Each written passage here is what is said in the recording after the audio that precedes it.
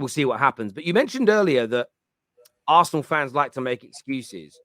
What's the best excuse you've heard from Arsenal fans for not winning the league? The Queen died.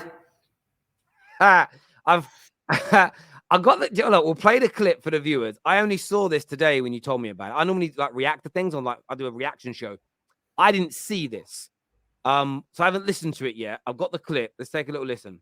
And there's various different reasons why we didn't win the league, and a lot of the traditional thinking will be, okay, there was a couple of VAR decisions, but for me, there's kind of two incidents or two times in history that probably weren't on the pitch, and the first one was the Queen dying.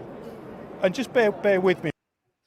All right, I want to hear it. I want to hear it on this one, because when you think back to it, we were supposed to play Manchester City on October the 19th. Our form going into that game, that was our 6th straight win in October. We were phenomenal. We were absolutely on fire. We had no injuries. City, the 2 games before that game would have been, they drew with Copenhagen and they lost to Liverpool.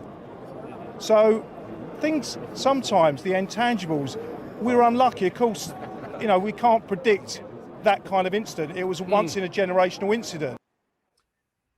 He has a point. Your form weren't as... Yeah, but go on. What are you saying? Well, okay, the Queen died, but the Queen didn't make you lose to City 3 times this season.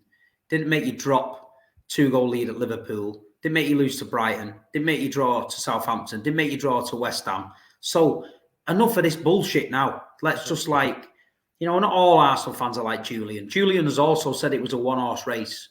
Julian also said good will prevail over evil. Man City are evil. He also said that Man City are a financial abomination. So, I mean, this guy, I know it's hurting him and I know he's upset, but every excuse under the sun is coming out of him. He's talking out of his ass. So I just think, you can pinpoint any part of the season. We could pinpoint the World Cup and say, oh, well, the World Cup came at a bad time because we were just kicking into gear and then, we just lost to Brentford and then there was a World Cup and we had the break. So you just take it on the chin, man. He wasn't good enough. You bottled it at the end. You threw away 12 points in the title running, which is unheard of, and you don't deserve nothing. You can't blame people dying and games getting abandoned because everyone's game got abandoned that weekend. Everyone. So I'm sure there was other teams that were on good form and didn't quite get the result they wanted after that. But strange, man. Strange.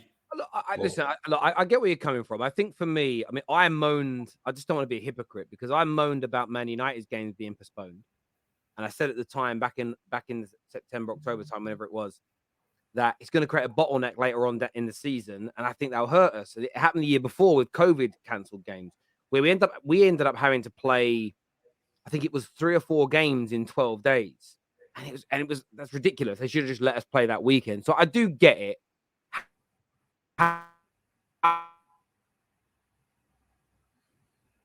However, briefly playing you, they should have won those matches in terms of who they were playing, their positions in those games. So I do kind of get it. Equally, if they'd have beaten those teams and still missed out because they lost to you, then fair enough. But I don't think mathematically that was the case. But yeah, I love Julian. Julian does have. This is also the guy that said the Champions League is just a glorified cup competition. This same guy who has said that winning the Carabao Cup means nothing. I can't wait to see whether he's going to Champions League games next year and going to Carabao Cup games, because why would you waste your money on glorified, unimportant competitions? For me, I don't think you would.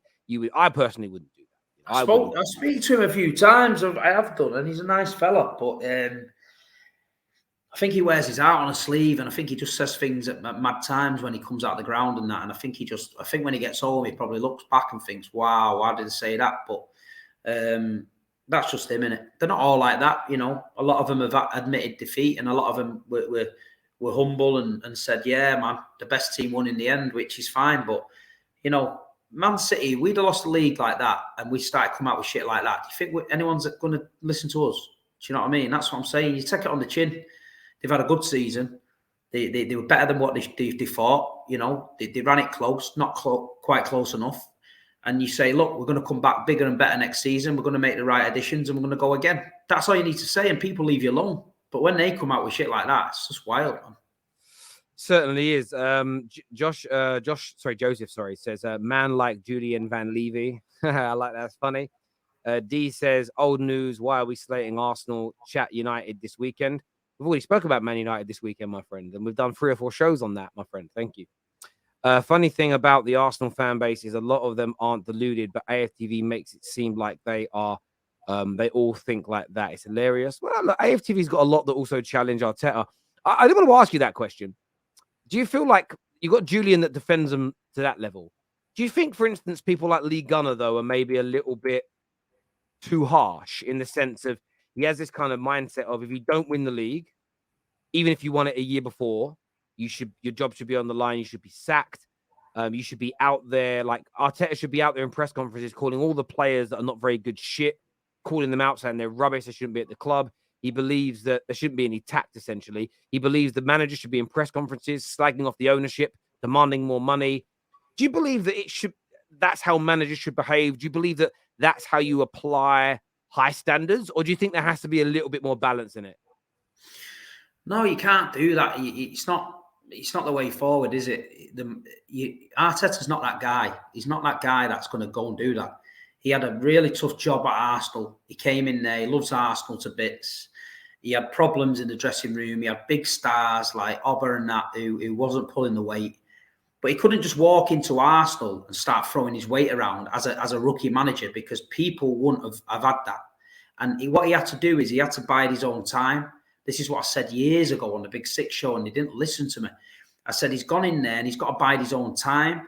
He's got to get players that, trust him and players he can rely on. And what he did was he rid the storm out good. The fan base were wild. 1 minute they were up, then they were down, then they were this, then they were that. And he could have walked away, but he didn't walk away because he obviously believed in something. And then when like Ober and that didn't turn up for games or he came late, and then Arteta had the excuse then to discipline him. And then the fans sort of understood it because he turned up late and things like that. Then he just gave enough rope to the players to hang themselves. And then it made it untenable for them. They had to leave. Then he started to bring his own people in. Then all of a sudden the dressing room's gone from a 70-30 split of people that weren't really sure on him to probably a 70-30 split of people that back him. And that's when the mentality changed. And then what he's done there can't be underestimated because it was tough. And a lot of managers would have walked away from it, but he didn't. And he's won an FA Cup and he's had a good season this year and he's got them in the Champions League and they finished second. They're going in the right direction. I know Lee's got standards for Arsenal Football Club. I know that and I understand that. And I would never say he's wrong because he's not. When you've grew up with a certain level of standards, then it's hard to get that level out. I've got mates at Man United that I've grown up with all my life and they can't get their head around it now.